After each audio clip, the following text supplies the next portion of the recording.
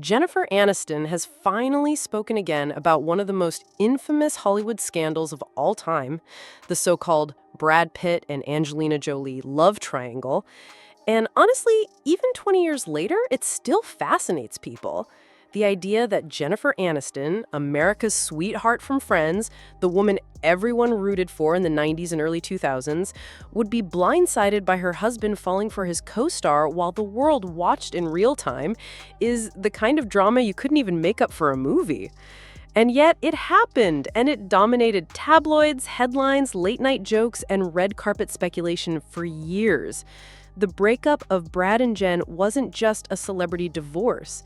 It became a cultural touchstone, the kind of story people argued about with the same passion they debated politics. Were you Team Jen or Team Angelina?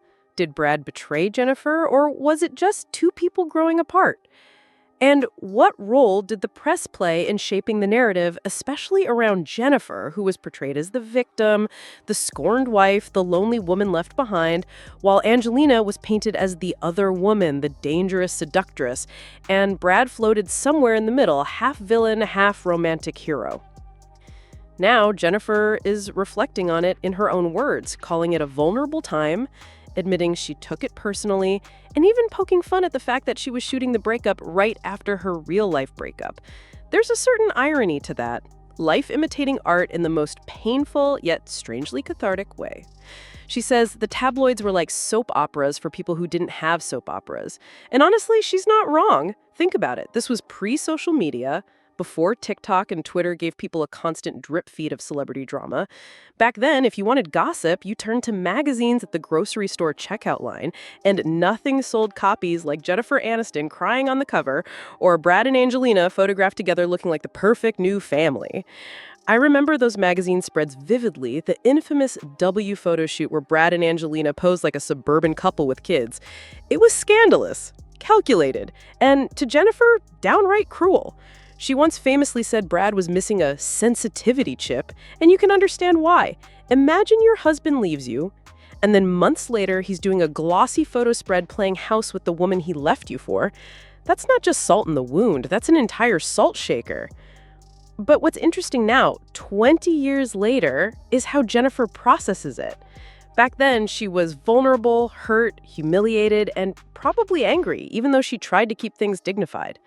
Now she looks back and admits she still feels the weight of that era, the PTSD of being misquoted, misunderstood, and commoditized by the press. She says she's still wary of interviews because one line can be taken out of context and blown into a headline. And she's right, because that's exactly what happened with her and Brad repeatedly. He once gave an interview that made it sound like she was dull, like his marriage to her was somehow uninspiring. And he had to backtrack to clarify that no, Jen wasn't dull, he was dull to himself. Still, the damage was done. People love to pit them against each other, even years later. Anytime Brad praises Angelina, Jen's name comes up. Anytime Jen talks about her love life, Brad's name resurfaces. It's a cycle she never really escaped. And yet, here's the fascinating part. She never publicly trashed him. In fact, she always left room for kindness.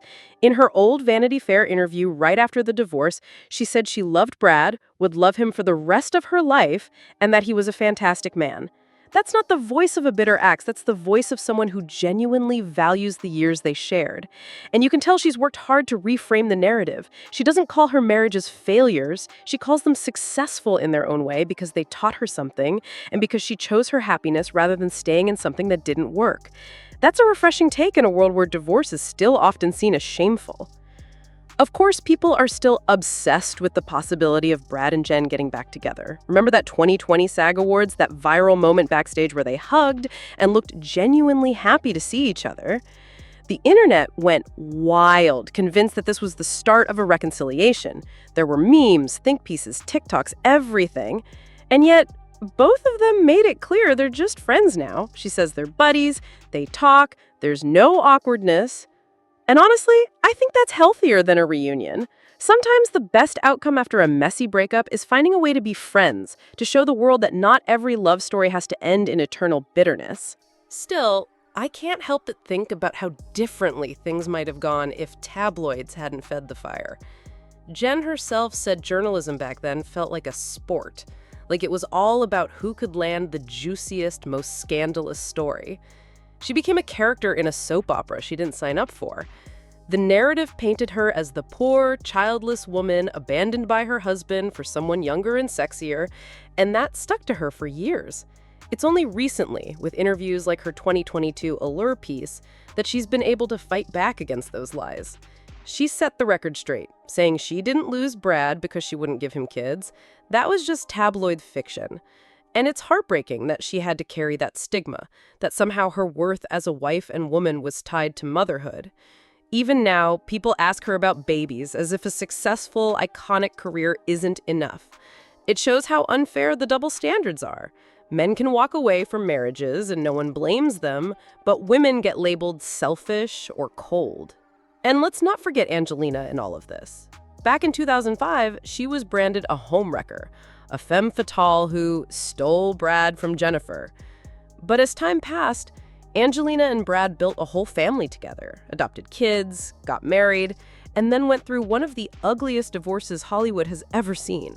Their legal battle lasted years, with allegations of abuse, custody fights, and bitter disputes. In hindsight, the fairy tale that tabloids sold us, Brad and Angelina as the perfect couple, was just as fragile as Brad and Jen's marriage. And Jen, who stayed relatively quiet through it all, kind of came out looking like the stable one, the survivor who moved on with dignity. Maybe that's why public sympathy has always leaned toward her. She's relatable in a way few celebrities are. She's beautiful, rich, and famous, yes, but she's also been through heartbreak, loneliness, and public scrutiny, and she's handled it with humor and grace. When she jokes about her divorce now, calling it that little separation, as if people might have forgotten, it's such classic Jen. Of course nobody forgot. Her breakup with Brad is one of the most famous breakups in pop culture history. But the fact that she can laugh about it shows growth. She turned one of the hardest moments of her life into a role in the breakup, using art to process pain. She found a way to take back some control, to spin her own story, even as the tabloids tried to write it for her. That's strength. And what I find most interesting is how she and Gwyneth Paltrow can even joke about their mutual ex. Jennifer says, of course they talk about Brad. How could they not? But mostly they exchange wellness tips. That's such a Hollywood thing.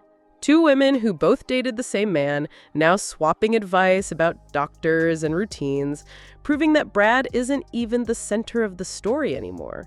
The center is their friendship, their growth, their ability to laugh at the past.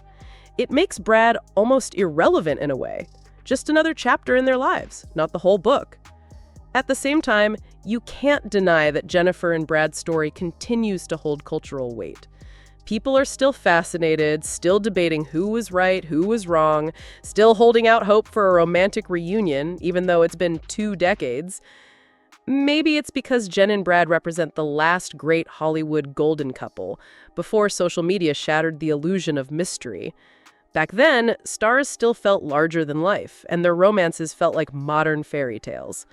Jen and Brad's marriage looked picture perfect, and when it crumbled, it reminded us that even the most glamorous lives are messy, human, and full of heartbreak.